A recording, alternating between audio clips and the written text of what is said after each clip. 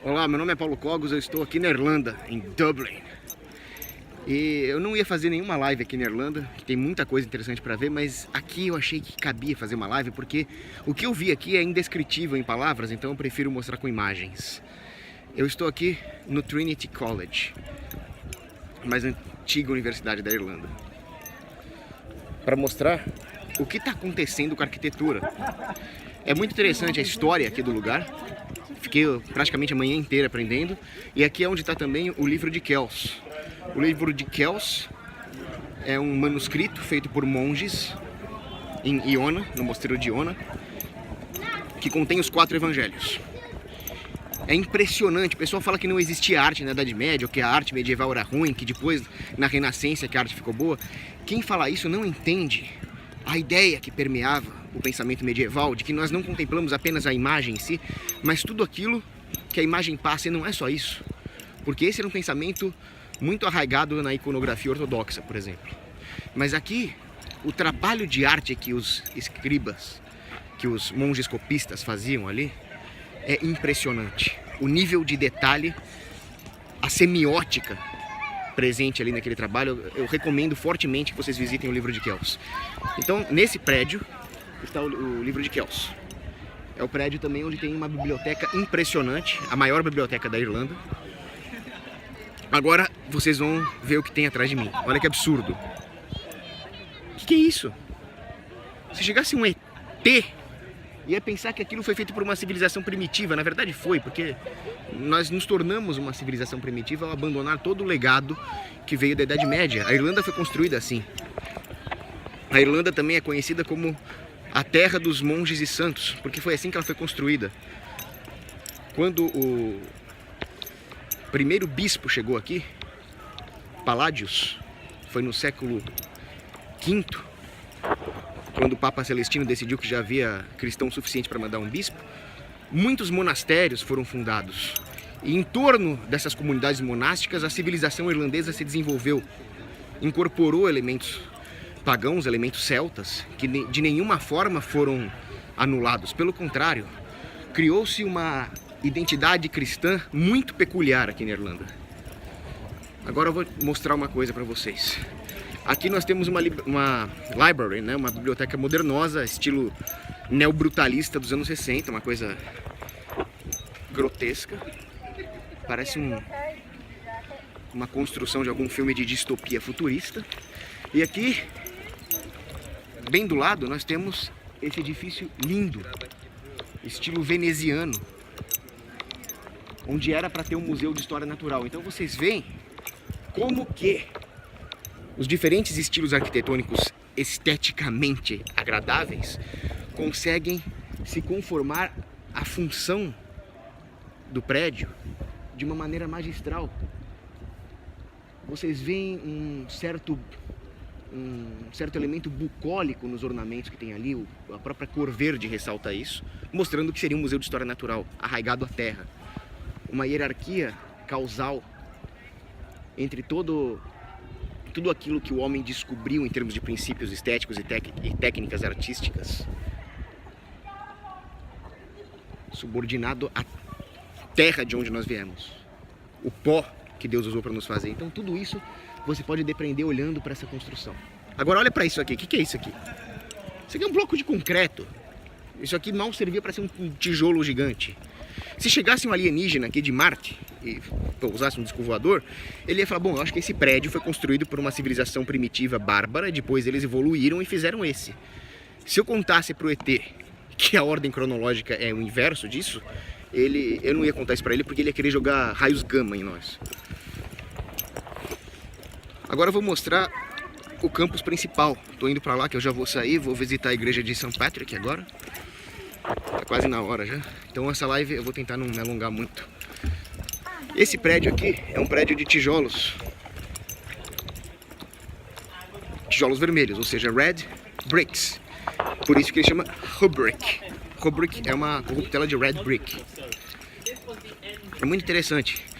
Aliás, o Trinity College, ele era um monastério. Ele foi fundado no século XI. E aqui havia centros de aprendizagem porque os monges se dedicavam à oração, ao estudo e ao trabalho. Em torno dessas comunidades monásticas, uma civilização, um livre mercado se desenvolveu. E esses monges foram responsáveis por difundir muito do conhecimento clássico na Europa. Então a cristandade medieval resgatou o conhecimento clássico. O problema foi um sujeito chamado Henrique VIII. O problema também era que a Inglaterra dominou a Irlanda pela força. A Irlanda, durante muito tempo, eu diria que até hoje, ficou subordinada politicamente aos desmandos dos monarcas britânicos. E quando Henrique VIII chegou ao poder, isso foi muito pior para as comunidades monásticas que viviam aqui. Por quê? Porque ele era casado com Catarina de Aragão. E ele queria se divorciar dela para casar com Ana Bolena. Por quê? Porque Ana Bolena era 20 anos mais nova, é das novinhas que eles gostam mais. Ele quis se divorciar. A Catarina de Aragão era prima do Sacro Imperador Romano Germânico, que não aceitou semelhante coisa, porque o divórcio era uma desonra para a família da Catarina de Aragão.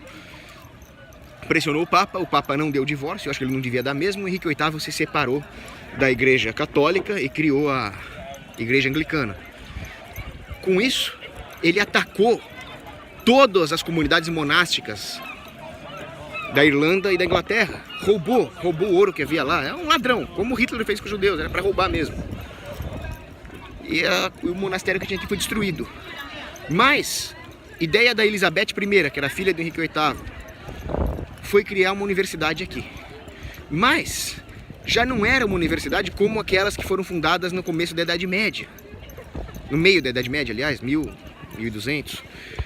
Já era um aparelho fisiológico para aumentar o poder da Elizabeth I, porque ela percebeu que se ela financiasse a formação dos intelectuais, e esses intelectuais criassem argumentos para normatizar a situação de domínio da Inglaterra sobre a Irlanda, ela teria uma situação mais estável de poder.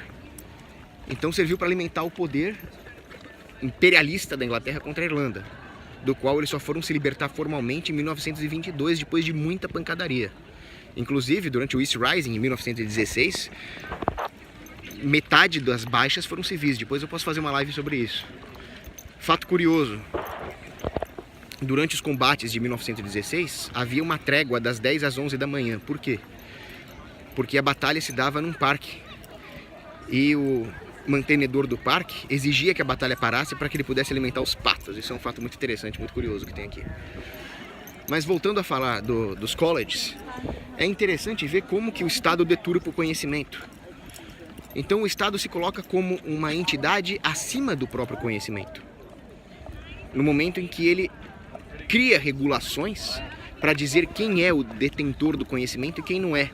Isso é o diploma. O diploma é o Estado se colocando acima do próprio conhecimento como uma entidade supra-epistemológica. É por isso que, dentro do ambiente universitário, as ideias tortas, as ideias desordenadas, nominalismo e assim por diante, foram ganhando espaço. Então existem aqueles que dizem que se não fosse a universidade, o Ocidente não teria sido contaminado pelo nominalismo. Mas eu iria mais para trás, eu diria que a culpa não é da universidade de forma alguma. Tem coisa muito interessante numa universidade. São instituições boas em si, mas que foram pervertidas por quem? Pelo Estado. É ali que surge o nominalismo. O Estado é a primeira forma de nominalismo. É o nominalismo da autoridade. A autoridade que deveria emergir da família, da caritas, acaba se estabelecendo por um decreto. Isso é nominalismo. Agora eu vou mostrar aqui o campus, como ele é interessante. Nesses dois prédios, estilo georgiano, King George, que procurou resgatar muitos elementos estéticos do classicismo greco-romano. As colunas, por exemplo. Inclusive, esse prédio não parece, mas é uma capela. É uma capela ecumênica. Foi a primeira capela ecumênica da Irlanda, onde juntaram-se as 4 grandes denominações cristãs. A Igreja Romana, a Igreja Católica Apostólica Romana, os metodistas, os presbiterianos, que eram minoritários, e o principal grupo protestante, que é a Igreja da Irlanda, The Church of Ireland. Ali, aquele prédio muito bonito ali atrás, eu vou chegar um pouco mais perto para mostrar, ele é em estilo neogótico. E ele abriga as 2 sociedades estudantis mais antigas. Por isso que eu gosto de tudo que é antigo. Porque o que é uma sociedade estudantil hoje? É coletivo feminista, é coletivo LGBT. Aqui não, era sociedade filosófica e sociedade histórica. Era estudo mesmo. Olha o estilo do prédio. E para terminar essa live, que eu tenho que ir embora, eu vou mostrar a construção que mais me chamou a atenção de todas, pela semiótica que existe nela. O campanário. Este é o campanário da universidade, onde tocam os sinos para os exames e os sinos de missa religiosa. Então os estudantes brincam que são sempre sinos de exame. O exame do homem e o exame de Deus. Na primeira metade da estrutura, existem arcos muito inspirados pelos estilos clássicos. Inclusive as faces que estão ali são de autores clássicos. Homero está ali, Sócrates está ali. Mais para cima existem 4 mulheres, muito bonitas inclusive. As esculturas são maravilhosas, que representam 4 grandes áreas de formação dos estudantes. As ciências naturais, a teologia, o direito e a medicina. Nossa, eu achei muito bonita a teologia ali, segurando a cruz e o livro, né?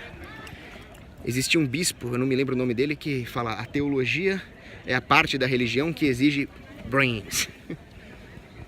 Mas você não precisa disso para amar a Deus, né? Você só precisa amar a Deus mesmo. E lá em cima tem... Mas é bom, ajuda, viu? E lá em cima... Porque como dizia Santo Agostinho, amar para conhecer e conhecer para amar. Bom, tô divagando muito. Lá em cima tem a cruz. Então, o que tudo isso mostra? Que os princípios clássicos, que formam a base da sociedade, e as ciências, tudo aponta para Deus. Eu achei isso muito bonito. Agora eu vou indo, talvez eu faça mais lives sobre a Irlanda. Tem muitos temas aqui, tem a grande fome, tem a destruição modernista que a Irlanda está sofrendo, tem a questão do imperialismo inglês, tem muito tema para fazer aqui. Depois vocês me falam se vocês gostaram, que talvez eu faça mais. E como não tem Anatel aqui, vocês repararam que a conexão é melhor aqui no Brasil? Abraço.